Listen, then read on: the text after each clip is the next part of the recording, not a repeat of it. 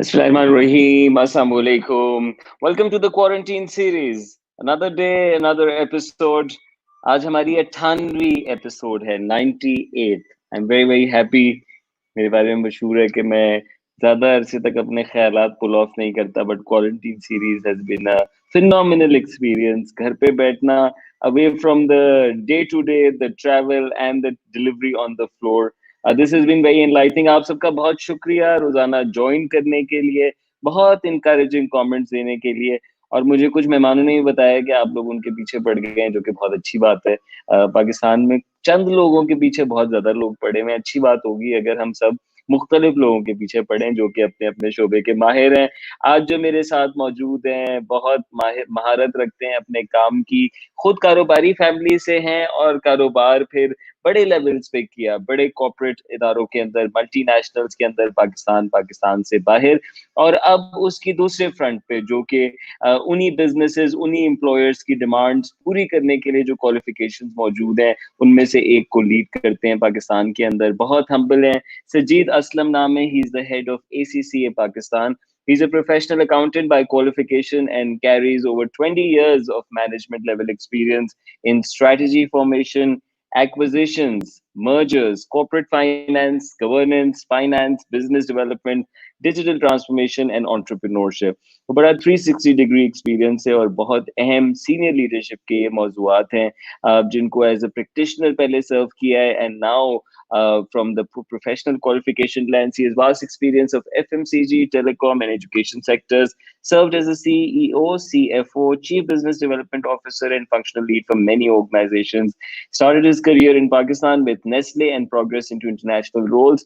Other than Pakistan, he has worked in Australia, Turkey, Korea, Indonesia, UAE, Switzerland, Singapore, Malaysia, and East African regions. Some great global experience there. Wisdomful man, Sajjeed Aslam Saab. Thank you very much for joining us, Sajjeed Saab. Assalamu alaikum, Umair, and thank you very much for inviting me. बहुत शुक्रिया। कैसे हैं आप? How's the lockdown for you? I think a lot of people might not agree, but it was exciting because it gave us some time for reflection and go back and review how we were living life, going back to the fundamental purpose. So I think it was a good break, I would say, although it has got its own challenges. But I think as a human being, that really helped to rethink about life. True. It's been a good break. I'll come to you very quickly, but मेरी थोड़ी शशकी करने की आदत है as a trainer, तो मैं चाहूंगा हिना, जय, असद, फारिया, महक, सारे लोग जरा एक्टिव हुए, उंगलियां चलाएं, ऐसे बैठ के ना सुने कि क्या बात होनी, सही बात की या नहीं की। जब आप शामिल होंगे तो हम सब सीखेंगे एक दूसरे की गुफ्तगू से, और हम एक कम्युनिटी वीव करेंगे साथ। सो एक्टिव हो। पहला सवाल मेरा आप सबसे, बाकी लोगों से ये है कि आप कौन है, कहाँ से ज्वाइन कर रहे हैं, क्या करते हैं? सजीद साहब के पास बहुत एक्सपीरियंसेस हैं और आपको बड़े मजेदार रेलेवेंट जवाब मिल सकते हैं, लेकिन अगर आप पहले बताएं कि आप कौन है और पर्दे में ना बैठें। सजीद साहब, I'd like to know, first question, I hope it's not like a bomb coming towards you, but is it overwhelming as a leader कि इतनी अनसर्टेन दुनिया में आप जैसे लोग बड़े बड़े इदारे लीड कर रहे हैं, लोगों को डायरेक्शन दे रहे हैं और डायरेक्शन खुद समझ नहीं आ रही? So what is it like? We heard of VUCA, we were preparing for it in many ways, but this is unprecedented. So what's the experience like? I think it was tough. Living in an uncertain environment, it's very, very tough. And particularly if you are sitting at a leadership position, then everybody is looking at you for direction. So वो direction भी आपने ढूंढनी है, वो confidence भी build करना है, वो motivation भी लेके आनी है। और फिर particularly ACCA के सिनेरियो में हमारा रोल सिर्फ हमारी टीम तक लिमिटेड नहीं होता। हमारे रोल में we have to extend it. हमारे पास स्टूडेंट्स हैं, हमारे पास मेंबर्स हैं, so we have to really bring them in as well कि वहाँ पे वो लोग क्या सोच रहे हैं, what we can do about them. So वो एक बहुत बड़ा एक responsibility की जो nature है ना, वो change हो जाती है. So definitely it's quite a big responsibility and an uncertain environment. But having said so, इंसान पहली दफा इस तरह के सिनेरियो से नहीं गुजर रहा एज ए इंसान। शायद हमारी जनरेशन या हमसे पिछली जनरेशन ने ये चीजें नहीं देखी हुई, लेकिन अगर आप 2-3 जनरेशन पीछे चले जाए तो ऐसे हालात देखे हुए हैं, ऐसी डिसरप्शंस भी देखी हुई हैं अगर हम टेक्नोलॉजी के हवाले से बात करें या इस डिजीज के हवाले से बात करें, तो ह्यूमैनिटी इस प्रोसेस से गुजर चुकी हुई है काफी दफा, और रेजिलियंस जो हमारी है, that's basically help us to survive. जो स्पेशीज जो थी वो इतनी रेजिलियंट नहीं थी, वो डेफिनेटली उनके लिए अपने चैलेंज थे, but as a human being I think Allah Taala ने जो रेजिलियंस हमें वदियत की हुई है, हमें उसको इस्तेमाल करना, और स्पेशली इन हालात में इस्तेमाल करना बहुत जरूरी हो जाता है। True, beautifully said. इंसानों ने बहुत कुछ देखा है और तारीख भरी पड़ी है ऐसे वाकयात से। हम बात करना चाहते हैं सजीद साहब आपसे माजी की नहीं बल्कि मुस्तकबिल की। बहुत सारे लोग डर गए हैं, नौकरियां जा रही हैं, क्वालिफिकेशंस रिडंडेंट होती हुई नजर आ रही हैं, और इदारों के तरीके एकदम से सालों में जो होनी थी चीजें वो हफ्तों में हो गई है। So your request is for you to guide us on the future, कि आप कैसे देख रहे हैं इस इवॉल्विंग सिचुएशन को, और उस हवाले से जो अपॉर्चुनिटी है for young people, for younger professionals. So I would like to talk to you about skills. So let's start with how has COVID changed work? And क्या कहेंगे आपके, has it changed for good, या ये थोड़े अरसे का fever है और फिर दोबारा चीजें नॉर्मल पे आ जाएंगी? आई थिंक चीजें नॉर्मल जरूर होंगी, लेकिन शायद उस नॉर्मल की डेफिनेशन वो नहीं होगी the way we use to have in future. जिस नॉर्मल को हम नॉर्मल कह रहे हैं कि वो 9 to 5 की एक जॉब होगी, सारे लोग ऑफिस जाएंगे और उसी तरह एक लीनियर प्रोसेस और प्रोग्रेशन में हम लोग वापस आ जाएंगे, I don't see that happening. Normalise इस तरह, नॉर्मलाइजेशन इज ऑल अराउंड कि हम इसके आदी भी होंगे और इसमें से जो नई चीजें इवॉल्व हो रही हैं हम उन्हें अडॉप्ट भी करेंगे। अभी तो हम उस फेज में ना, डिस्कम्फर्ट है, चेंज आ गई है, तो हम जरा रेजिस्ट कर रहे हैं इस वक्त। और फिर हमारा एज अ नेशन, आपको पता है हमारे लिए थोड़ा सा मसला होता है, हम जरा पेसिमिस्टिक व्यू को ज्यादा एंटरटेन करते हैं। सो ऑप्टिमिस्टिक व्यूज जो हैं वो हमारे लिए बड़े मुश्किल होते हैं डाइजेस्ट करना, कि अच्छा कोई चीज अच्छी भी हो सकती है। ये बहुत मुश्किल है, ये general nature, unfortunately, the way we have brought up ourselves as a nation. So pessimism is something which strive here. But going forward, अगर हम देखेंगे तो कुछ चीजें हैं जो डेफिनेटली वैसी नहीं होंगी जैसे हमें पहले नजर आती थी। लाइक काम करने का तरीका का definitely it's going to change. Work from home, जिसको आज हम वर्क फ्रॉम होम कह रहे हैं, that will become a norm.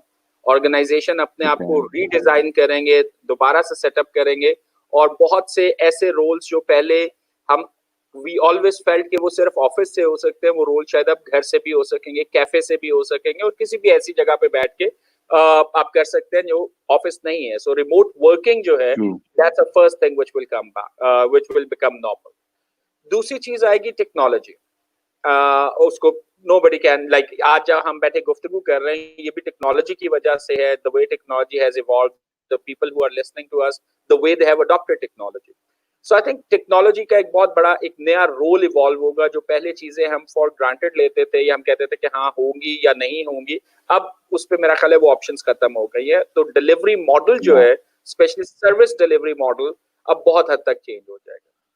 तीसरी चीज जो डेफिनेटली चेंज हो रही है, वो इस डिलीवरी के साथ हम the way we use to learn, हमारा जो एजुकेशन का पैटर्न था, स्किल डेवलपमेंट का पैटर्न था, उसमें एक बहुत बड़ी चेंज आएगी कि हमें शायद वो हैंड होल्डिंग नहीं मिलेगी जो hand holding we are more used to of. School में एक टीचर लेके चलता है, कॉलेज में एक प्रोफेसर आ जाता है, अगर आप ACCA कर रहे हैं तो एक ट्यूटर आ जाता है, उसके बाद एक प्रैक्टिकल एक्सपीरियंस सुपरवाइजर आ जाता है, और फिर आप जॉब करने जाते हैं तो आप कहते हैं बॉस मेरे लिए कुछ नहीं कर रहा, क्योंकि हम ब्रॉट अप ही वो एंटाइटल्ड कल्चर में हुए होते हैं। हमारा ख्याल होता है कि सारी दुनिया जो है वो हमारे गिर्द घूमती है, क्योंकि हमारे पेरेंट्स ने हमें बचपन से बताया था कि ये सारे रेड रिबन आपके हैं।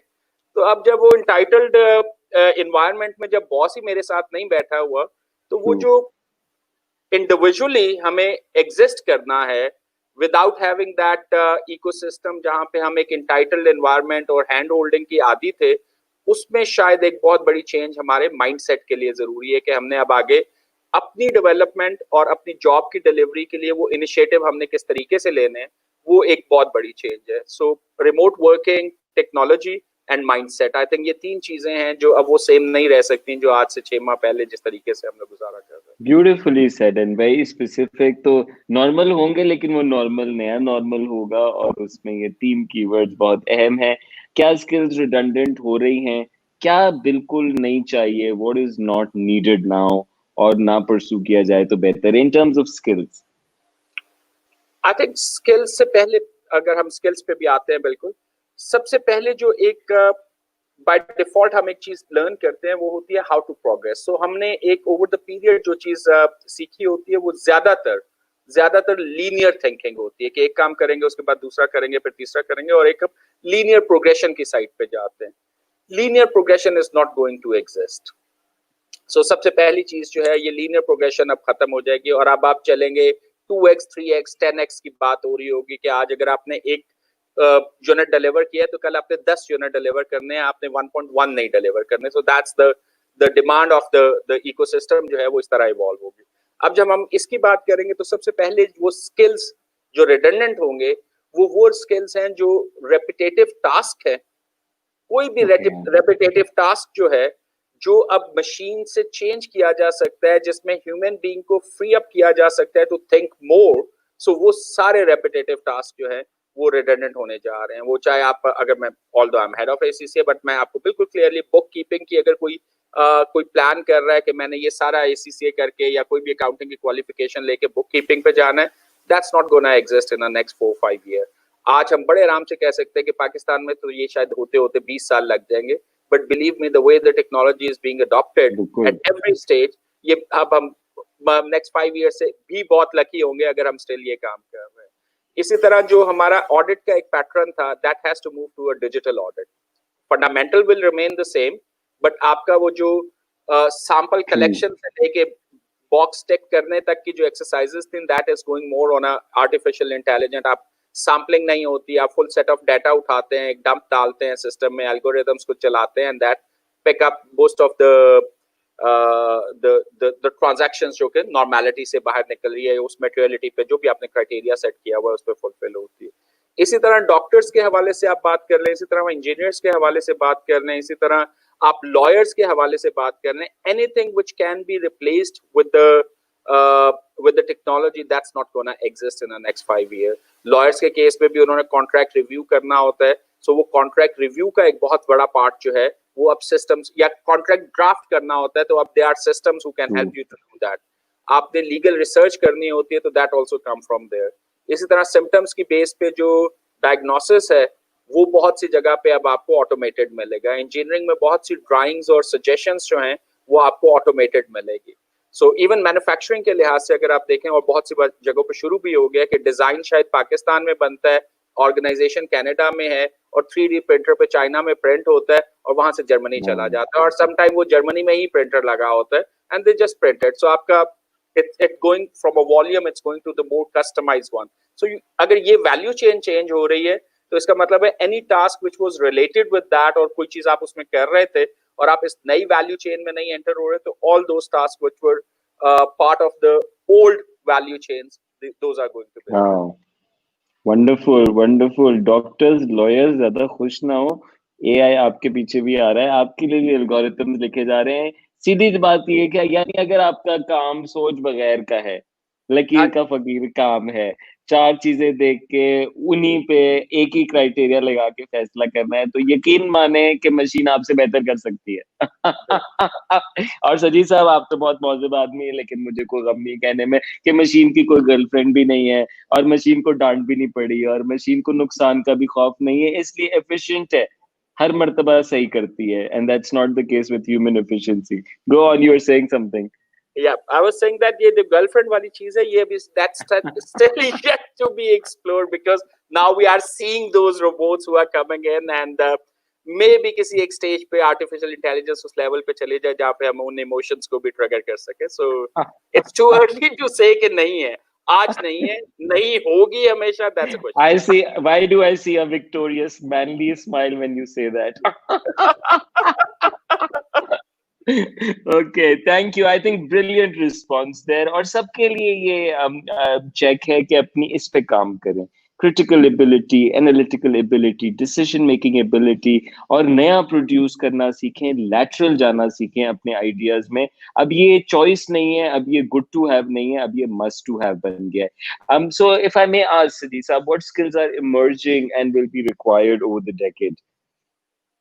I think you picked up on you just mentioned a couple of them, and top 3 अगर मैं इस वक्त shortlist करूं तो critical thinking is the first thing. you really have to start with the what and why question, and you have to figure out कि चीजें क्यों हो रही हैं और मतलब क्या हो रहा है और क्यों हो रहा है. ये सबसे पहला सवाल है. कैसे हो रहा है वो आपके लिए इस वक्त इंपॉर्टेंट नहीं है. सिमिलरली अगर आप फ्यूचर का सोच रहे हैं तो क्या होगा और क्यों होगा, कैसे आप करेंगे, you will figure it out अगर आपने ये दो बेसिक फंडामेंटल क्वेश्चन एड्रेस कर लिए व्हाट एंड व्हाई. तो critical thinking is a important one. Problem solving attitude. So it's not about कि you can solve the problem, but you need an attitude कि अगर एक problem है तो आपने उसको narrate नहीं करते रहना.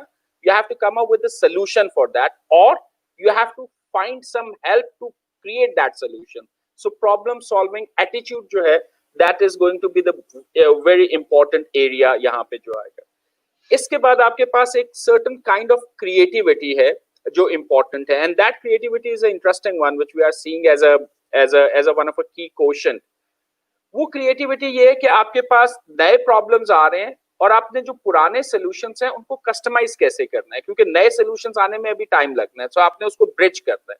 सो यू नीड अ क्रिएटिविटी कि आप उस प्रॉब्लम को उस nth लेवल तक डाइसेक्ट कर सकें कि आप फंडामेंटल्स पे बात करें, मतलब रादर देन कि उसको सुपरफिशियल और बहुत फैंसी वर्ड्स में लेके जाएं. फंडामेंटल्स पे जब आप जाएंगे तो आपको वो फंडामेंटल्स बड़े क्लियरली नजर आना शुरू होंगे और वहां पे आपको पुराने जो एग्जिस्टिंग वेल टेस्टेड सॉल्यूशंस हैं you can redeploy that. So that kind of creativity, critical thinking to think for the future, creativity to really address something which exists today, but इनके लिए एक attitude चाहिए जो problem solving का. So ये तो पहली चीज mindset के perspective से है. वाह वाह, आप पॉज करें. क्रिटिकल थिंकिंग तो हमारी मर गई. सवाल तो हम पूछते तो आपको पता है घर से निकाले जाते हैं, दफ्तरों से निकाले जाते हैं, मस्जिदों से निकाले जाते हैं. दूसरी आपने क्या बात की वो भी हमारी मर गई. Problem solving attitude. सो ये तभी कल्चरल भी है. मैं सिर्फ ये लिंक ड्रॉ कर रहा हूँ कि इसमें हमें एंटी कल्चर ये चीजें सीखनी है. प्रॉब्लम सॉल्वर बनना है, क्रिटिकल थिंकर बनना है. गो ऑन सजीद साहब. और आई थिंक ये जो अभी आपने बात की कि ये हमारे कल्चर का है, तो culture has to be challenged now on a status quo perspective. अब मैं वापस आता हूं कुछ आपने जो बात की थी स्किल सेट के हवाले से. तो पहले तो unless until you figure out this mindset आप स्किल सेट की बात नहीं कर सकते. रिसेंटली हम फ्यूचर ऑफ वर्क पे बात कर रहे थे and we were talking about अगले 5 साल में ऐसे होगा और ये नए बिजनेसेस डेवलप होंगे और ये इस तरह चलेंगे. And then we start evaluating कि पिछले 5 साल में क्या हुआ.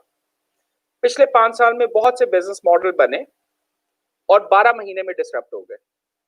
सो अगर आप स्किल सेट डेवलप करने के लिए आप 2, 3, 4, 5 साल ले रहे हैं. फॉर एग्जांपल मैं कहता हूं कि आज मैं बड़ी जेनेरिक एग्जांपल लेता हूं कि मैंने पावर पॉइंट को बेस्ट तरीके से सीखना है और मैंने बहुत मेहनत की और उसके बाद पता चला कि साल के बाद देयर आर 2 न्यू टेक्नोलॉजी जो पावर पॉइंट से बहुत बेहतर प्रेजेंटेशन करते हैं. मैं बहुत लो लेवल पे टूल सेट लेवल पे इवन बात कर रहा हूँ. सो अब अगर मेरा एटीट्यूड ये है कि नहीं मैंने चूंकि पावर पॉइंट सीखा था तो मैं तो पावर पॉइंट पे ही रहूंगा, दुनिया इधर से उधर हो जाए. So if I don't have a right mindset I will not evolve. So skill sets जो है आपको fundamental skill set definitely develop करने हैं. अगर आप डॉक्टर हैं तो you have to understand the fundamental of medicine. और अगेन मैं I am stressing on the word fundamental. हम चीजों को सुपरफिशियली नहीं सीख सकते अब क्योंकि उन चीजों ने चेंज होना है. उन्होंने 12 माह में डिसरप्ट हो जाना है. You have to go deeper, you have to understand the fundamental and आपको फिर रीलर्न करना है, फिर आपको अनलर्न करना है. सो आपको उस पूरे प्रोसेस से गुजरते रहना है, बार बार गुजरना है. और ये एक बड़ा फ्रस्ट्रेटिंग प्रोसेस होता है because you are going through the change. लेकिन फंडामेंटल चेंज नहीं होते. Fundamental will always remain the same. वो यूनिवर्सल है, उन्होंने उसी तरह रहना है. एक ह्यूमन बीइंग को एक दूसरे ह्यूमन बीइंग की जरूरत है सोशली इंटरेक्ट करने की. वो आज फेसबुक हो सकता है, कल there could be anything else. इससे पहले हम मतलब चौकों में बैठ के गुफ्तगू कर लेते थे, डेरा बन जाता था. लेकिन ये एक ह्यूमन नेचर है फंडामेंटली. उस कम्युनिकेशन को आप किस तरह एड्रेस करते हैं वो they could be different way. लेकिन अगर आप ये कहें कि ये कम्युनिकेशन खत्म कर देनी है या ये होगी नहीं, तो आई थिंक वो कम्युनिकेशन और ह्यूमन बिहेवियर के फंडामेंटल के अगेंस्ट चला जाएगा. ट्रू. वजिया पूछ रही हैं. Thank you. वजिया पूछ रही हैं कि कौन सी स्किल्स बचपन पे तो जो देनी चाहिए, अगर आप उसका जवाब देना चाहते हैं तो. Because a lot of what we become is coming from our childhood and how we are brought up. I think मेरी हमेशा जो यंगर लॉट को और स्पेशली पेरेंट्स के हवाले से जो मेरी हमेशा एडवाइस होती है, लेट पीपल आस्क क्वेश्चन. बहुत मुश्किल काम है, बच्चे बहुत सवाल पूछते हैं, बड़े चिढ़ जाते हैं. लेकिन जब हम उनको स्नप करना शुरू करते हैं ना, So they stop asking question mean person is willing to learn, they are thinking. उनके लिए वो चीजें नहीं है, शायद आपने 10 दफा बताई होंगी, वो फिर भूल जाएंगे, वो डिफरेंट वे से आएगा, लेकिन सवाल करना जिसको आपने जो अल्टीमेट स्किल बिल्ड करते हैं ना, इसको हमारी लैंग्वेज में जो आज हम 6 डिजिट्स की में भी बात कर रहे थे सुबह, वो है क्वेश्चन फॉर्मेशन। आपने सवाल किस तरह करना है, ये एक बहुत बड़ा स्किल है। दूसरी चीज understanding the empathy. You can't stay कि मुझे क्या चाहिए, वो एंटाइटलमेंट से निकल के मैं किसी को क्या दे सकता हूं, ये वाला जो सवाल और ये वाला जो माइंडसेट है, ये आपके फॉर्मेशन एजेस जो होती हैं, बड़ी यंग स्टेज पे, we are talking about 6-7 years of age, यहाँ पे आपने बच्चों को इनकरेज करना है, आपने उन्हें एग्जाम्पल देनी है, आपने उनको उन सिचुएशंस में डालना है कि दे कैन डेमोन्स्ट्रेट कि whether they are more acting as an entitled kid or they are acting as somebody who is socially active and they do think about the society, right? So ये question formation एक बड़ा अच्छा skill होता है जो बचपन से language और आर्टिकुलेशन के थ्रू डेवलप होता है, और दूसरा एम्पैथी आपकी इंटरेक्शंस के थ्रू डेवलप होती है। तो ये दो skills early stage formation age में बहुत जरूरी होते हैं। Wonderful. Very specific answers coming there from Sajjeed Aslam Saab. Sajjeed Saab has great experiences of business, the business world, and now leads a business qualification in Pakistan. ACCA, आप सब लोग जानते हैं. Some great contribution there. Very, very evolving course outlines and progressive mindset, and that's reflected in the way the leadership is organized as well. मैं चाहूंगा आपके कुछ सवालात ले सकूं, हम सवाल इनकरेज करने की बात करें, आपको ऐसा ना लगे हम सिर्फ अपनी बातें करें। अगर आप सवाल पूछना चाहते हैं कमेंट्स में पूछें, और आप हमें लाइव भी ज्वाइन कर सकेंगे towards the end. Some people have asked specific questions, so Sajjeed sir, if you could maybe briefly respond, maybe we can cover them. Vajia is asking MBA's future. I think I'll not go with the degree. I think the future, let's talk about the future and then we will come back to individual. Any individual who's making any choice today, right? Or they have made a choice like couple of years back, वो MBA है, ACCA है, medicine है. Right now आपके पास सिर्फ एक काम है. Okay? Most of the cases, I'm sure there are people who are exceptions. आप अगर MBA कर रहे हैं, ACCA कर रहे हैं, आप डॉक्टर बन रहे हैं, इंजीनियर बन रहे हैं, लॉयर बन रहे हैं, तो आपके पास एक काम है. आपकी इवैल्यूएशन सिर्फ ये है कि अगर आप एक काम कर रहे हैं तो आप कितने बेहतरीन तरीके से वो काम कर सकते हैं. ठीक है. सो आप अगर MBA की बात करेंगे तो डिग्री या क्वालिफिकेशंस का कोई फ्यूचर, किसी क्वालिफिकेशन का कोई फ्यूचर नहीं होता. उस क्वालिफिकेशन ने आपको कितना बिगाड़ा है, आपको कितना चेंज किया है, वो आपका फ्यूचर होता है. अगर आपने उस क्वालिफिकेशन को 2-3 साल कुछ नहीं करने दिया आपके साथ, उन्होंने आपको कोई चेंज नहीं लाने दी, उन्होंने आपको नया थॉट प्रोसेस नहीं दिया, तो वो क्वालिफिकेशन का कसूर नहीं होगा, वो आपने उस क्वालिफिकेशन को वो काम नहीं करने दिया. Every education, every qualification is great if you do it in the best possible way, because most of the time you are doing only one thing, and that's you are studying, and you have to make sure that you do it in a best possible way. So True. Qualification नहीं, आपका future है हमेशा. So just focus on yourself, what you want to do in your life. Qualification will help you to get there. लेकिन अगर आपने ये फैसला अभी तक नहीं किया कि आप क्यों एग्जिस्ट करते हैं और आपकी जिंदगी का पर्पस क्या है, आपने कहाँ जाना है, तो मेरा ख्याल है spend some time, may be couple of weeks, and figure it out कि आप क्या करना चाहते हैं, and the qualification will lead you there. तो जी साहब, I'll touch on this again with you कि बहुत सारे लोगों को ये चैलेंज होता है कि वो कैसे पता करें कि वो क्या करना चाहते हैं. आपके बहुत तजुर्बात हैं और आपने कोर्सेज भी ऑफ कोर्स चेंज किए हैं, चॉइसेस किए हैं, तो guide us on that. Amreen is asking, so what professional studies should children opt for? If qualifications don't have a future, then what are we encouraging here? Are we telling that young people should pursue things based on the impact they want to create in this world or what they're driven by? मेरा ख्याल है कि मैं अगर उन लोगों को pick करूं, and that's a choice again, the parents can help students to make that choice और their kids to make that choice. अगर मैं उन लोगों की बात करूं जिन्होंने अर्ली स्टेज में ये सवाल अपने पेरेंट्स के साथ, अपनी सराउंडिंग में, अपने फ्रेंड्स, अपनी फैमिली में उठाया था कि मैं जिंदगी में क्या करना चाहता हूं, और उसने जिंदगी के मसले का सवाल उठा के वहां से एक सवाल शुरू किया था, तो उन लोगों को बेहतर जवाब मिले थे. हैविंग सेड दैट कि आपका पहला सवाल अर्ली स्टेज पे you have to help kid rather than कि आप ये करोगे तो इसकी अर्निंग बेहतर होगी. सो आपको ये सवाल चेंज करना पड़ेगा कि आप जिंदगी में क्या करना चाहते हैं. Kids will figure it out, you will figure it out. Fear को, खौफ को, डाउट्स को जिंदगी से निकाल दें.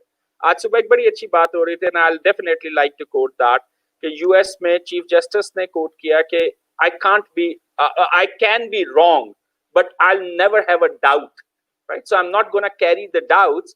It's better I make a decision and I end up as a it's decision may end up as a wrong decision. So जो doubts है ना, ये खौफ जो है कि मैं अगर ये करूंगा तो मुझे ज्यादा मिलेगा और ये करूंगा तो मुझे कम मिलेगा, मेरा ख्याल है ये खौफ को सबसे पहले जिंदगी से बाहर निकालें और फिर सॉल्व करना शुरू करें जिंदगी की इक्वेशन को, यहाँ से कि जिंदगी में क्या करना है. क्वालिफिकेशन के हवाले से ये मेरा पर्सनल बायस्ड है and I go with that. मैं हमेशा उस क्वालिफिकेशन को प्रेफर करता हूं जिसमें आपके पास certain statutory and legal rights होते हैं, जहां पे लाइसेंसेस होते हैं. सो अगर आप डॉक्टर हैं तो आप एक प्रोफेशनल क्वालिफिकेशन में, अगर आप इंजीनियर हैं तो आप एक प्रोफेशनल क्वालिफिकेशन में, अगर आप एक प्रोफेशनल अकाउंटेंट हैं तो आप एक प्रोफेशनल क्वालिफिकेशन में, सो लॉयर हैं तो आप एक प्रोफेशनल क्वालिफिकेशन में. अगर आप स्टैंडर्डाइज्ड एक एमबीए की साइट पे जाते हैं, आप मास्टर्स इन इस्लामियात की बात करेंगे या आप एक जेनेरिक क्वालिफिकेशन की बात करेंगे, तो आपने ये देखना है कि उस क्वालिफिकेशन से आपने जिंदगी के मुतालिक जो फैसले किए थे वो किस तरह सॉल्व करना है. हमारा जो सबसे कॉमन डिसीजन मेकिंग क्राइटेरिया होता है कि किस प्रोफेशन का अर्निंग पोटेंशियल कितना है. और अगर आज आप देखें इस फैसले को, तो शायद कोई भी प्रोफेशन आप उठा लें, उसमें डिजिटल और टेक्नोलॉजी थोड़ी सी आप ऐड करें, इमीडिएटली कोई 80 ट्रिलियन की जो ग्लोबल इकोनॉमी है उसका पार्ट बन जाता है. मैं डॉक्टर हूँ, I can still do like sitting in Pakistan, मैं जाके अमेरिका में भी वो ऑपरेशन कर सकता हूँ और अमेरिका से पाकिस्तान में भी कर सकता हूँ. मैं अकाउंटेंट हूँ, why I should look at के लाहौर में या इस पूरे सिटी में इतनी अपॉर्चुनिटी है. मेरे लिए पूरी 80 ट्रिलियन की इकोनॉमी जो ग्लोबल जीडीपी है वो खुला पड़ा हुआ है. So opportunity as a individual आपने क्रिएट करनी है, लेकिन जो रेगुलेटेड और लाइसेंस प्रोफेशन होते हैं उसमें जरा आसानी होती है एक मुल्क से दूसरे मुल्क या ग्लोबल जो अपॉर्चुनिटीज हैं उनको एक्सेस करने के लिए, क्योंकि वो लाइसेंसेस नॉर्मली ग्लोबल स्टैंडर्ड्स पे ही होते हैं. True, wonderful. We'll take some of the more questions. बहुत सारे सवालात आ रहे हैं. कुछ मोहब्बत भी आपके लिए. What does it take to, you've risen to the top, mashallah, in the corporate environment. What does it take to rise up? We've seen so many people struggle for years and years. They're good, they're qualified, they do the job, and yet they don't rise. And we see some rise who others would say they don't deserve. क्या माजरा है ये? I think but we can't say that it happened without the struggle. So there was a struggle, and that was like a like significant struggle जिसके through मैं भी गुजरा, and I'm sure there are many people who go through that. I think 2-3 चीजें मैं यहाँ पे pick करूंगा. एक तो फैसला, जो आपने फैसला करना है ना वो बहुत इंपॉर्टेंट है. मैं अगर आपको ये सजेस्ट करूं कि हर बच्चा जो 14 साल का हो गया, they have to make sure they have to earn their first income. और they have to feel how does it feel कि एक पूरा महीना काम करके या एक प्रोजेक्ट पे काम करने के बाद वो जो पैसे आते हैं उसकी वैल्यू क्या है और फिर आप उसको किस तरह मैनेज करते हैं. तो 14 is the ideal year, ideal age जहां पे आपके पास ये पहला एक्सपीरियंस आ जाना चाहिए. फैसला करने का एक तरीका कार होता है. फैसला करने के लिए जो मैंने तरीका यूज किया था, I can share that. somebody suggested me, I was like 13-14 years की एज में, उन्होंने कहा एक खाली सफा पकड़ो और बैठ जाओ और लिखो तुमने अगले 10, 15, 20, 30 साल में जिंदगी में क्या करता है. नॉट दैट तुमने कैसे कमाना है और क्या पाना है, तुमने जिंदगी में क्या करता है. और फिर ये लिखो कि इस तक पहुंचने के लिए, ये करने के लिए कितने रास्ते वहां तक पहुंचते हैं. 5 साल में कितने पहुंचेंगे और 10 साल में कितने पहुंचेंगे. मैं कहा ये क्या मुश्किल है. मैं कागज लेके बैठा, यही सोचना मेरे लिए उस वक्त मुश्किल था, मैंने करना क्या है. So that was the first question where I started and I was stuck with.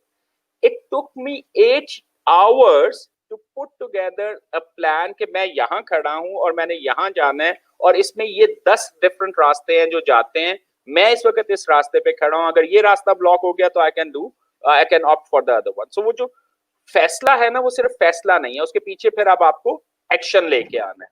Effort लेके आते हैं। True. उसके बाद जो दूसरी चीज होती है वो होता है आपका इकोसिस्टम। आप जिस नेटवर्क में, मैं हमेशा ये बात कहता हूँ, आपका नेटवर्क इज योर नेटवर्थ। सो आपका True. नेटवर्क कैसा है, उसमें से लोग आपके साथ कितने सिंसियर हैं, वो जेन्युइनली बताएंगे भी आपको, आपको फीडबैक भी देंगे कि भाई ये आप गलत कर रहे हो, या वो आपको कुएं में गिरते देख के कहेंगे बाय बाय, मैं जरा अम्मी ने बुलाया था, मैं जा रहा हूँ। सो मतलब what is your network? So True. Network पे आपको थोड़ा सा, और नेटवर्क से आपकी लर्निंग्स भी आती हैं, आपका पर्सपेक्टिव भी बिल्कुल। डेवलप होता है। सो आपने फैसला करना है, फैसले के पीछे एक्शंस लेके आने हैं, और उसके बाद आपकी लाइफ में कोई ना कोई एक फेज 3 4 5 साल का ऐसा होगा जहां पे आप 18 20 घंटे डेली काम कर रहे होंगे, लेकिन वो एक दफा होगा जिंदगी में। और अगर आप कहेंगे कि आपने वो 4 5 6 साल जो है वो नहीं गुजारने, तो सारी जिंदगी आपका एक सर्टेन लेवल ऑफ स्ट्रगल होगा, and you will still may not be able to get there. So clarity जो आप अर्ली स्टेज पे लेके आते हैं, जो एक्शन प्लान आप उसके लिए डेवलप करते हैं, और जो नेटवर्क आप उस जिसको सपोर्ट लेते हैं आपको, और अल्लाह ताला जो है ना, बहुत दफा हम कहते हैं फैसला अल्लाह ताला ने हमारे लिए यही फैसला किया था। अल्लाह ताला ने फैसला करने की कुव्वत ना इंसान को दी है। इंसान फैसला करता है और अल्लाह ताला से बरकत मांगता है उसकी। तो हम ओवर द पीरियड ना, अब हमने अल्लाह ताला से फैसले मांगने शुरू कर दिए। सो हमें फंडामेंटल पे वापस जाना पड़ेगा कि फैसले की जो रिस्पॉन्सिबिलिटी है हमें लेनी है, और उसके बाद अल्लाह से बरकत मांगनी है, और वो देता है बरकत। वो आपके लिए वो ऐसे ऐसे तरीकों से काम होते हैं जो शायद आपने कभी सोचे भी नहीं True. हो। मुझे ऐसे आपकी बात सुन के वो वाकया याद आ गया जो अब शख्स डूब रहा था और फिर बहुत दुआएं करता है, बहुत दुआएं, जजीरे पे होता है तो एक कश्ती गुजरती है, वो हेल्प के लिए कहते हैं नहीं नहीं नहीं मेरा रब बचाएगा, फिर दूसरी पे तीसरी रात मर जाता है। जब मर जाता है तो अल्लाह से कहता है या अल्लाह तूने मेरी मदद कर, कहते वो कश्ती वाले कौन थे भाई? Who are the kashti wala? Zaida is asking, and of course, I think you're the right man to be answering this too. What are the new skills for educators? Because education is disrupted, like you mentioned in the first answer. Or teachers बहुत struggle कर रहे हैं, or they've done. Everybody has worked hard, but definitely educators need more skills now. What would you say to that? Uh, I think to start with the educator, we have to see what the role of educator going forward. So education का जो overall model है किस तरह evolve हो रहा है। Education का model ना इस वक्त बहुत क्लोज हो गया है एंटरटेनमेंट के साथ, नेटफ्लिक्स के साथ, हॉलीवुड के साथ, अमेजॉन, अगर आप अमेजॉन प्राइम की बात करें। Education is around delivering a content in a impactful manner to change the thought process और ओपिनियन। और इसके बाद सेकंड प्रोसेस होता है इवैल्यूएशन का। वो जो थॉट प्रोसेस आपने ट्रिगर किया है, आपने उसको इवैल्यूएट किस तरह करना है।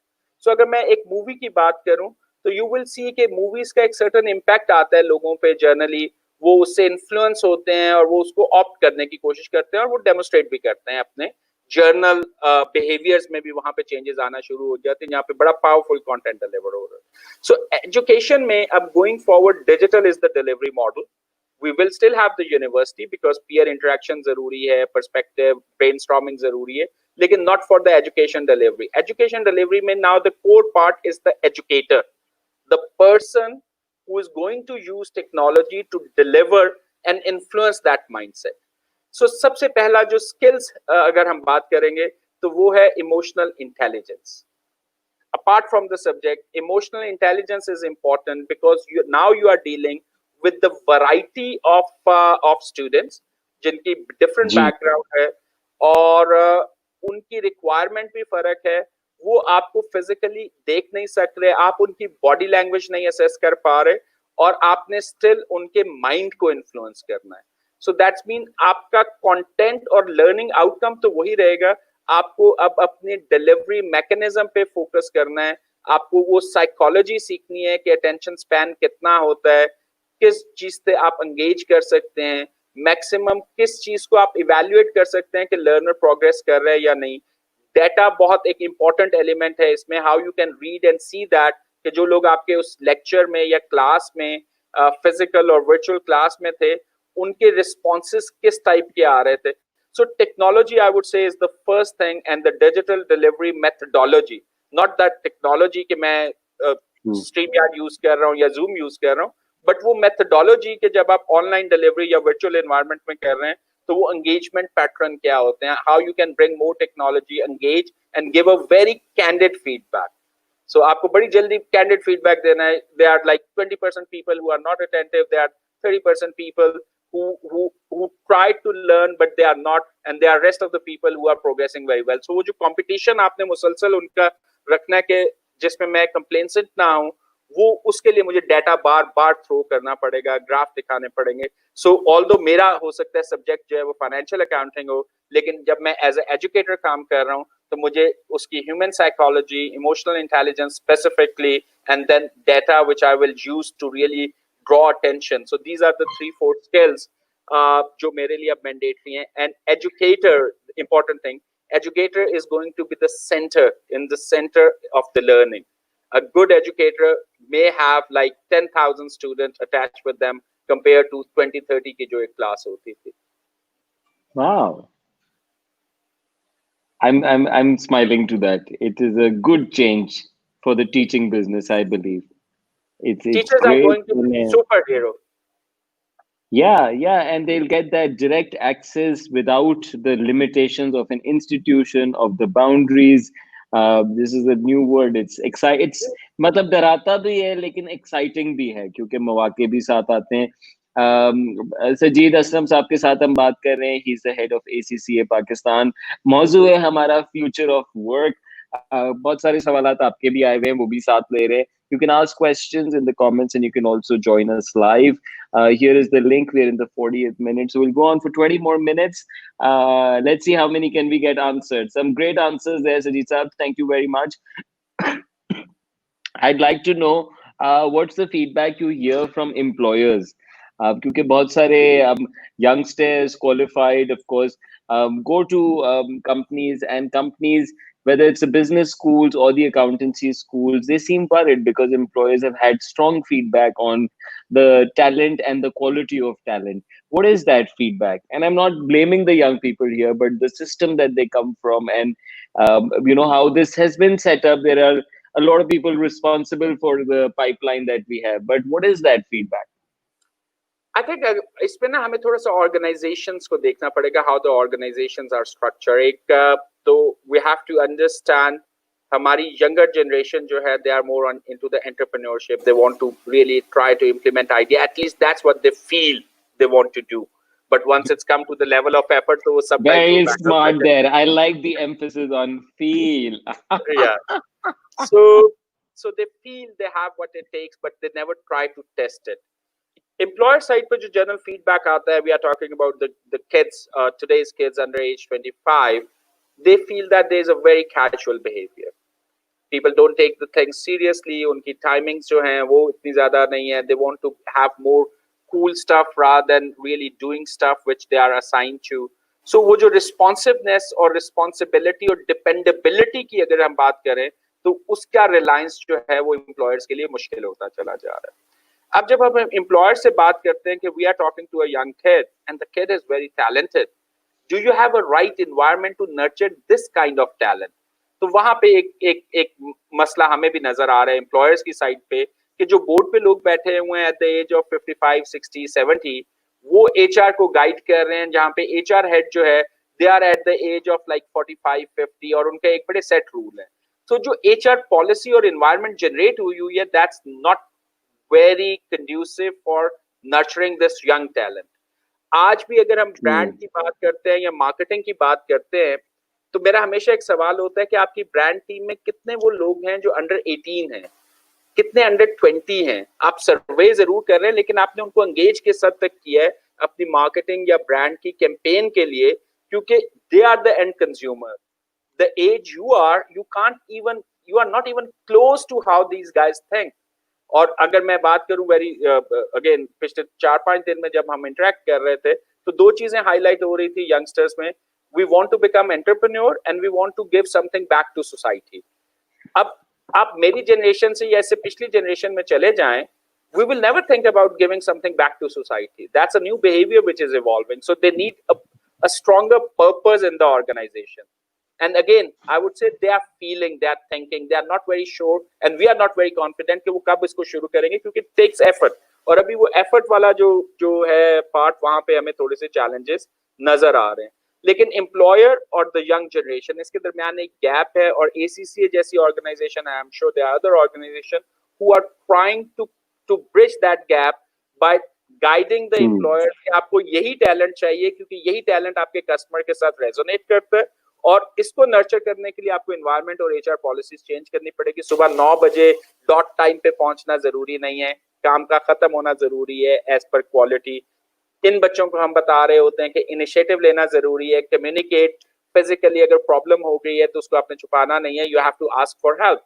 सो अभी ये भी एक बहुत बड़ा ईगो इशू होता है, can I go and ask for help और नॉट, वो एक इंटाइटल्ड वे में पूछना और एक humble way में जाके asking for help and admitting that there is a mistake. So I think this is a one of a area जहाँ पे थोड़ा सा अभी gap है, but employers क्योंकि उनकी profitability engage है इसमें, so वहाँ पे हमें ज्यादा तेजी से change नजर आ रही है। टैलेंट की साइड पे recognizing that they are dealing with a different generation, यहाँ पे अभी जो है उनके लिए इतना incentivized नहीं है कि वो, या उनके लिए इतना visible नहीं है, उनको अभी इस चीज का अंदाजा नहीं है कि why they need to change a little bit to really give some space to the older generation. True, wonderful. I'm concerned about the time, so I'm going to get to the next question very quickly. And I'm asking this from the lens that a lot of people, once they get qualified, the qualification itself becomes a limitation because that's how they view themselves. And you have qualified so many, and you yourself are, mashallah, qualified. So, how can the functional skills or the qualifications be limiting for a person's own good? I think no functional skill can limit anybody. It's only our imagination which limit ourselves. If I go back to the finance roles and the way the roles are evolved, हम लोग बड़े traditionally देखते हैं accounts और finance के role में कि accounts payable होता है, अकाउंट्स रिसीवेबल होता है, एक जनरल लेजर होता है, कोई फाइनल अकाउंट बनाता है, ऑडिट करवाता है, टैक्सेशन होती है, और उसके बाद कोई लॉ के कंप्लाइंसेस होते हैं। ये एक बड़ा पुराना तरीका था जिसपे हम काम करते थे। अब इवन एक नॉन क्वालिफाइड बंदा भी टेक्नोलॉजी यूज करते हुए अपनी इनकम टैक्स की रिटर्न फाइल कर सकता है। ये आज पॉसिबल है, सिर्फ खौफ है उसका कि मैं गलती कर जाऊंगा, अदरवाइज वो इतनी सिंप्लीफाइड होती चली जा रही हैं, स्पेशली इंडिविजुअल की सिंपल जो रिटर्न्स हैं वो एक कोई भी ऑनलाइन जाके अपनी फाइल कर सकता है। बिल्कुल। तो अब अगर हम इस फंक्शनल स्किल को देखें तो इस फंक्शनल स्किल में इवॉल्व कहाँ होना है? इस फंक्शनल स्किल में आपको इवॉल्व करना है स्ट्रैटेजी की साइड पे, because as a finance, again मैं फाइनेंस की एग्जांपल ले रहा हूँ, इसने अब आपको रोड मैप देना है एक बिजनेस लीडर का, एक CEO का, एक स्ट्रेटेजिक बिजनेस लीडरशिप की साइड पे आपने जाना है, क्योंकि आपके पास एक फंक्शनल अंडरस्टैंडिंग है और उस फंक्शनल अंडरस्टैंडिंग ने आपको एक प्रॉपर बिजनेस का एंड टू एंड समझा दिया हुआ है। क्योंकि आप किसी भी रोल में फंक्शनल में रहे हैं तो आपने फाइनेंस में रहते हुए आपने थ्रू आउट देखा कि चीज शुरू, वैल्यू चेन शुरू कहाँ पे हो रही है और खत्म कहाँ से हो रही है, और किस चीज की कितनी प्राइसिंग है और उसकी कॉस्ट और रेवेन्यूज किस तरह चेंज हो रहे हैं और उसमें कितने लोग इन्वॉल्व होते हैं। So now you are getting ready to take yourself up or out from that functional role and start talking about कि अगर आप strategy की बात करेंगे तो ये 4 fundamentals को अगर हम सीधा कर लें इस पूरी value chain में तो यहाँ पे maximum value पड़ी हुई है, ये maximum profitability पड़ी हुई। So I think functional role, चाहे वो again not only accountant, any functional role leads to a strategic business leader if it's done in a right way. वो आपकी and if the imagination is intact, exactly, the imagination limitation imagination की आनी है। उसामा पूछ रहे, मैं बिल्कुल नहीं पूछना चाहता था, लेकिन ACC अनाउंस कब करेगा waiver for ICAP CAF qualified student? Usama सिर्फ तुम्हारी हेल्प के लिए मैंने ये सवाल आगे बढ़ाया, मौजूद से कोई ताल्लुक नहीं था। वेवर के हवाले से if we are talking about ICAP CAF qualified student, how they can come and join ACCA, if that's the question, I think there's a certain exemption fee, वो पाकिस्तान के लिए हमने लड़ के किसी भी, it's not only ICAP CAF, कोई भी prior qualification who want to join ACCA, हमने ग्लोबली लड़ के पाकिस्तान में ये फी जो है अगले काफी सालों तक इसको इस वक्त खत्म किया हुआ है। और हर साल हमें ये लड़ाई दोबारा से लेनी पड़ती है क्योंकि इंडिया भी चार्ज कर रहा है, चाइना भी चार्ज कर रहा है, अफ्रीकन कंट्रीज में भी चार्ज हो रहा है, तो व्हाई नॉट पाकिस्तान? और हम हर दफा आर्गुमेंट लेके आते हैं कि लोगों ने बहुत पैसा लगाया होता है प्रायर क्वालिफिकेशन में, और अगर उसमें उन्होंने वो चीजें सीखी हुई हैं तो व्हाई दे हैव टू पे the exemption one. So if it's already not there, I'm sure they can check right now. So it will be announced. It will be available for, particularly for this year, 2021. We are trying to maintain the pricing as low as possible to make sure किसी की opportunity इस cost की वजह से जो है वो restrict नहीं हो रही है. It's wonderful. It's great to know. Samar is asking how to survive in cutthroat competition. I think आप सर्वाइव ही कंपटीशन में करते हैं. अगर कंपटीशन खत्म हो जाए तो यू विल नॉट एक्सेल. आपके पास कोई बेंचमार्क ही नहीं है. So competition is the first thing you have to like. Again I take the example. अगर आपने ग्राउंड में उतरना है, so you need a opponent team to fight, and once you fight then you win. आप self अपने आप को declare तो नहीं कर सकते, सेल्फ डिक्लेयर्ड विनर तो नहीं हो सकते. So the competition is a must. अब उस कंपटीशन को आपने लेवरेज करना है, कोलैबोरेट करना है, इररेलेवेंट कर देना है, and you create your own path. ये अब आपकी चॉइसेस है. You might come up with the excuses कि कंपटीशन था तो मैं क्यों करूं, क्योंकि कंपटीशन है वहां पे. और दूसरा बंदा होगा, यार कंपटीशन है, I need to win, because जब मैं एक दफा जीतूंगा ना तो मैं सबसे जीत जाऊंगा, क्योंकि there is a big competition. So I will be the one who will be the hero. I will take a stand, like I will be on a winning stand. So अगर आप ग्राउंड में उतरते हैं to win, तो वो एक different attitude and you are a winner. अगर आप ग्राउंड में उतर रहे हैं नॉट टू लूज, आपके सारे फियर्स और डाउट्स आपके साथ ग्राउंड में जा रहे हैं, तो बेहतर है ग्राउंड में ना उतरे, because you are Wow. Destined to lose. So आपका स्टार्ट True. जो है वो बहुत जरूरी है. If you are there to win, you will win. कैसे आप as a business leader, you have a very busy schedule, packed schedule. How do people like you manage to stay up to date? There is so much coming out, and I'm sure you are curious and more curious to find out more. What is the recipe? I think team. As a business leader I think सबसे important चीज ये होती है how much time you spend to develop the team, ताकि आप अपना time free कर सके. अगर आप चीजें खुद करना शुरू कर देंगे, एम्पावरमेंट नहीं कर सकते, डेलीगेट नहीं कर सकते, और आपको हर वक्त ये फियर होता है कि नाकामी आ गई तो मेरी अकाउंटेबिलिटी है, दैट्स फाइन. अगर एक failure is a part of the journey, so अगर फेलियर है तो है, but you have to really empower teams, you have to develop teams, and then you have to trust team that what the judgment they are making, those are right, or that's the best judgment they can make, and you have to ultimately own it. अगर success है तो वो team की है, अगर failure है तो वो मेरा है, क्योंकि मैंने वो डेलीगेशन की हुई है. So if you give that free hand and very clear accountability के फेलियर पे टीम की अकाउंटेबिलिटी नहीं है, मेरी अकाउंटेबिलिटी है, मेरी गर्दन है जो रिस्क पे है, मैं I am the one who has to resign if we fail significantly. So I think it empowers the team and take away that fear factor, and then they believe me, जब आपने 10x में कर जाना होता है ना, तो then 10x जो growth है वो टीम लेके आती है, वो एक True. बंदा नहीं लेके आता. बिल्कुल नहीं लेकर आता है एक बंदा. Wonderfully put there. Some great ideas there. I completely agree. Perspective and insights are like a compass. I'll go with that. Thank you for putting it out. Wonderful. कोई सवाल हो आप comments में पूछ सकते हैं. कुछ है ऊपर रह गया, मैं उन पर थोड़ी देर में आऊंगा. Let's find out how our क्योंकि ACCA एक ग्लोबल क्वालिफिकेशन है, और आपने मुझे बिल्कुल कहा नहीं था और ना मेरा ये इरादा था आपसे ACCA के हवाले से गुफ्तगू करने का, लेकिन मैं क्यूरियस हूँ ये जानने के लिए, क्योंकि ग्लोबल डेटा आता है और कुछ ना कुछ ट्रेंड्स पता चलते हैं. क्या सिमिलैरिटीज और डिफरेंसेस हैं पाकिस्तानी नौजवानों में और बाहर मुल्कों के नौजवानों में? ऑफ कोर्स ACCA ही ब्रैकेट होगा, that's the data feed.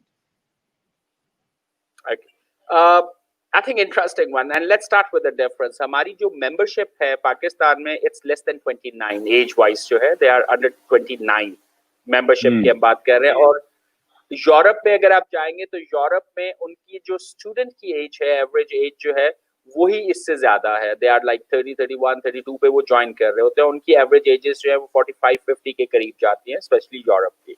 So that's a first thing which is a difference. फिर दूसरी चीज जो है, and that's a very interesting one, कि हमारे KPK और बलूचिस्तान की रिमोटेस्ट खवातीन, यंग गर्ल्स, रिमोटेस्ट एरियाज पे जो बैठी पढ़ रही हैं, और वो शायद उनके पास वो सपोर्ट स्ट्रक्चर नहीं है, they end up as a global prize winner. I think ये जो एडवर्सिटी कोशेंट के अगेंस्ट स्पेसिफिकली उन एरिया से जो चीजें हम देख रहे हैं कि हाउ दैट एडवर्सिटी कोशेंट उन बच्चों को हेल्प कर रहा है टू रियली स्ट्राइक एंड उस कंपटीशन से जीतने के, तो that's bringing them age at the age of 17, 18, 19 they are a global prize winner. And जब हम ग्लोबल प्राइज विनर की बात करते हैं तो that's mean they have practically competing the Pakistan and the rest of the world. So they were competing with everybody in the developed world at the same time. So वो बड़ी proud moments होती है. फिर एक और जो difference बहुत ज्यादा आया और ये कोविड में हमने देखा, because number one we are young, we are more tech savvy, हमारे बच्चे बड़ा क्विकली कन्वर्ट हो गए टेक्नोलॉजी के ऊपर और उन्होंने टेक्नोलॉजी के थ्रू पढ़ना शुरू किया, एग्जाम प्रिपेयर करने शुरू किए, जबकि वो कंट्रीज जहाँ पे एज ग्रुप डिफरेंट था वो लोग आज भी स्ट्रगल कर रहे हैं और उनके लिए वो अडॉप्शन मुश्किल हो रही है। Similarity Wow. जो है, सिमिलैरिटी अगर हम बात करेंगे तो सबसे पहले तो जो course where with the one which they are going through, it's exactly the same. UK में, यूएस में, कनाडा में, दुबई में, ऑस्ट्रेलिया में जो बच्चा एग्जाम दे रहा है, जो सवाल उसको आ रहा है, वही सवाल एग्जैक्टली पाकिस्तान में आ रहा है। जो मेंबरशिप का क्राइटेरिया उनके लिए है वही मेंबरशिप का क्राइटेरिया हमारे लिए। हमारे पास डेफिनेटली यंग बच्चा होता है या रिलेटिवली यंग होते हैं, तो उनकी जो ट्रेनिंग का जो एक कंपोनेंट है वहां पे समटाइम हमें एक कैजुअल बिहेवियर नजर आता है, and now we are trying to help them to really understand कि वो कैजुअल बिहेवियर जो है we have to fix that. और जो लास्ट 3 ईयर में मैंने देखा है उसमें बच्चे बहुत सीरियसली इस चीज को अब अंडरस्टैंड कर रहे हैं कि वो जो ट्रेनिंग्स हैं, how it's a make and break for any professionals while they are going through that. ये सिमिलैरिटी, ये पहले एक बहुत बड़ा डिफरेंस था, लेकिन लास्ट 3-4 ईयर में that's also going back to the same like the rest of the world is doing. But believe me, Pakistani बच्चे give us such a proud moments जब हम इंटरनेशनल फोरम पे कहीं पे खड़े होके बात करते हैं, तो we always have an example to share which create a wow factor for the rest of the people Yeah. sitting. Something unbelievable comes out from a place. Kuratilen is asking, what do you think? How can we deal with negative people at work?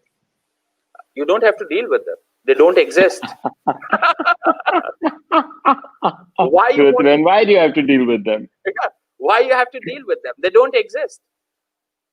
लेकिन अगर आपके पास ऐसी situation आ जाती है कि आपने definitely उनके साथ करना है, तो मैंने एक जो एरिया देखा था और या मेरी लाइफ में जिसने बहुत ज्यादा काम किया था, प्रेज देम। डेफिनेटली वो once you start putting a person in a positive framework, I would say, अगर मैं किसी एक बंदे को, मुझे पता है कि वो बंदा अच्छा नहीं है या वो मेरे मुतालिक अच्छा नहीं सोचता, I'll give him my opinion कि मैं उसके मुतालिक कितना अच्छा सोचता हूँ। That force that person to start doing good stuff because वो मेरी ओपिनियन में अच्छा है, वो मेरी ओपिनियन मेंटेन करना चाहेगा।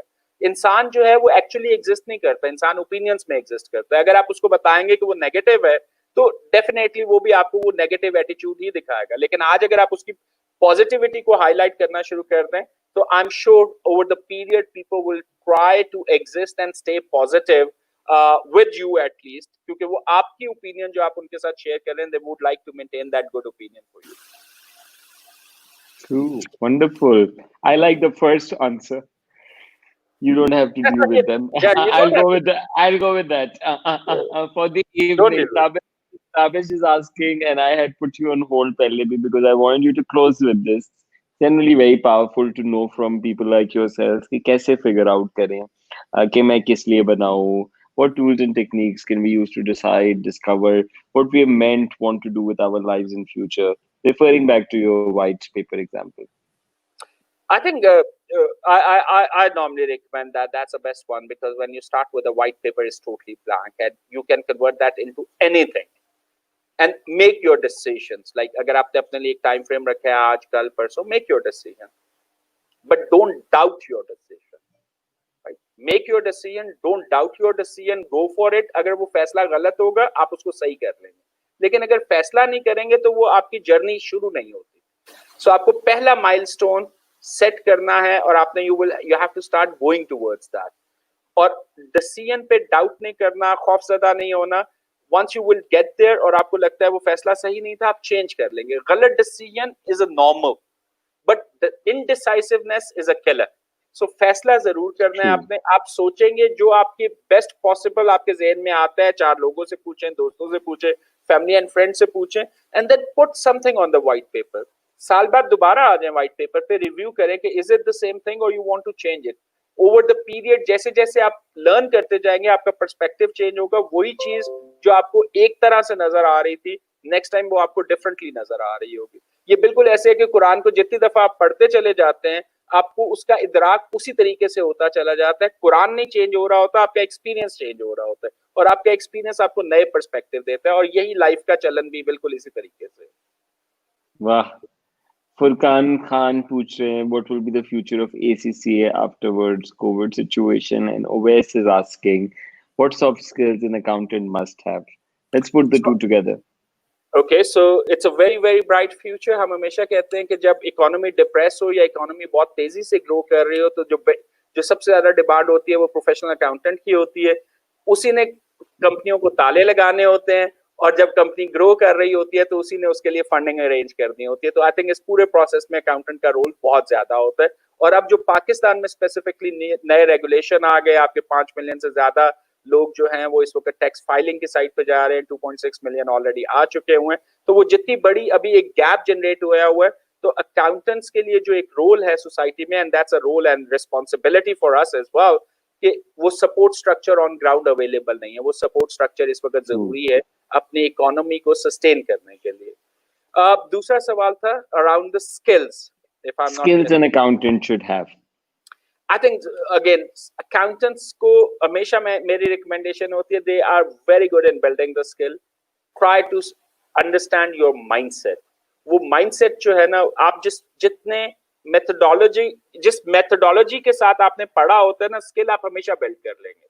आपका जो ओवरऑल क्वालिफिकेशन स्ट्रक्चर है ना, वो आपको स्किल बिल्डिंग में बहुत ज्यादा हेल्प करता है. और आपके बहुत फंडामेंटल स्किल्स बहुत स्ट्रांग होते हैं. कंटेंट बहुत अच्छा है. ईपीएसएम में चले जाएं, पर्सनल इफेक्टिवनेस की बात कर लें, स्टेक होल्डर मैनेजमेंट की बात कर लें, डाटा एनालिटिक्स की बात कर लें, एसबीएल को ले लें, स्ट्रेटेजिक बिजनेस लीडरशिप का एक पूरा थॉट प्रोसेस उसमें आ रहा है. तो आपको स्किल का साइड नहीं, it's a positive winning mindset. That's what we need for accountant. Otherwise वो हर चीज को डाउट करते हैं और अकाउंटेंट बाय नेचर बहुत दफा हर चीज को जो है वो देख रहे होते हैं कि इसने ये तो गलत ही किया होगा, मैंने ही जाके सही करना है. सो इससे बाहर निकलें, बाकी लोग भी जो है सही काम करते हैं और you support that in the right way. True. True, beautifully said. अपने mindset समझें, अपनी awareness बढ़ाना बहुत आपको help कर सकता है. Sajid साहब, this has been very delightful. Masood is saying he had a chance to listen to you twice today on different forums, and he has had a very amazing and fruitful day. I also listened to him twice, once on the phone and once here, if that counts. Thank you. This has been fantastic. We have the last minute and a half, Sajid saab. I don't want to take another question or go into more qualification chatter here. Leave us with something inspiring. Tell us a story, something from your life, something that happened around you that you'd like to close with. I think I'll just share one thing, and that's one of a friend. And again, that's why I always value the network. There was a time I was down, and I was also like going through the same path. अभी पढ़ रहे हैं, अभी जाएंगे, responsibility है, पैसों का मसला होया हुआ है, सारी चीजें. And then one friend came और वो मैंने ना बड़े आराम से घुटने पे हाथ रख के कहता है, सजीद साहब, ए जिंदगी हैगी है, खेडन नहीं आए, इत्थे जीना पैंदा. सो आई थिंक ये जुमला जो है ना, ये मुझे बहुत ज्यादा उस वक्त स्ट्राइक किया. अच्छा, ये तो मैंने तो खुद जीना है. Why I am dependent on somebody, so what I can do my self. और वहां से जो है वो समटाइम्स वो एक ऐसा मोटिवेटिंग फैक्टर था मेरे लिए कि हम खेलने नहीं आए हुए, हमने ये जिंदगी है और हमने जीना है और हमने खुद जीना है. So I think that was something which really helped me to get out of that particular depressed environment and get into that winner mindset and then fight back and get there where Allah का शुक्र है जहाँ पे आज हम पहुंचे हुए. So जीना पड़ता है. जीना पड़ता है. Beautifully said. और आप जिएंगे अपनी मर्जी से जी लें, बेहतर है. नहीं तो गुजार तो लेंगे. और गुजर बहुत सारों की जाती है. Thank you very much, Sajjeed Saab. Please take care, stay safe, and keep doing the work that you're doing, and keep inspiring us. एक तो अपना काम बंदा अच्छा करे और फिर आके उसको अच्छे अंदाज में पार्ट भी कर लेते हैं, सोने पे सुहागा होता है. So thank you very much. You do both and both very well. Thank you. Take care. Khuda Hafiz. Bye bye. This was Sajjeed Aslam साहब. What a wonderful man. ACCA को लीड करते हैं पाकिस्तान में और हमें इनलाइटन किया कि मुस्तकबिल कैसा होगा. बहुत अच्छी गाइडेंस है, स्पेसिफिक गाइडेंस है आप में से जिन्होंने बाद में ज्वाइन किया. This talk will be available on Facebook, on YouTube. Do look at it, especially those of you who are students right now, accountancy students के लिए भी खास तौर पे कुछ सवालात के जवाब दिए, और कॉर्पोरेट दुनिया में, बिजनेस दुनिया में क्या तब्दीलियां हैं, कैसे राइज कर सकते हैं. Fantastic advice there. Thank you team ACCA for making this happen. And thank you Sajjeed Aslam साहब for taking out the time. आप सबका बहुत शुक्रिया. रहमत, फुरकान, जाहिदा, नैरा, इमाद, मुसर्रत, हैदर साहब, यासिर, गुलशन। आज का सेशन हमारा 98 सेशन था क्वारंटीन सीरीज का, and I'll take a break a couple of days and then I'll be back. I'll be traveling meanwhile, road trip to Karachi. दुआ कीजिएगा कि खैरियत से गुजरे, and inshallah I'll catch you from the other side. And 100th episode is going to be a special one. I'm going to be having my dad on the show, and we're going to talk about personal ethics.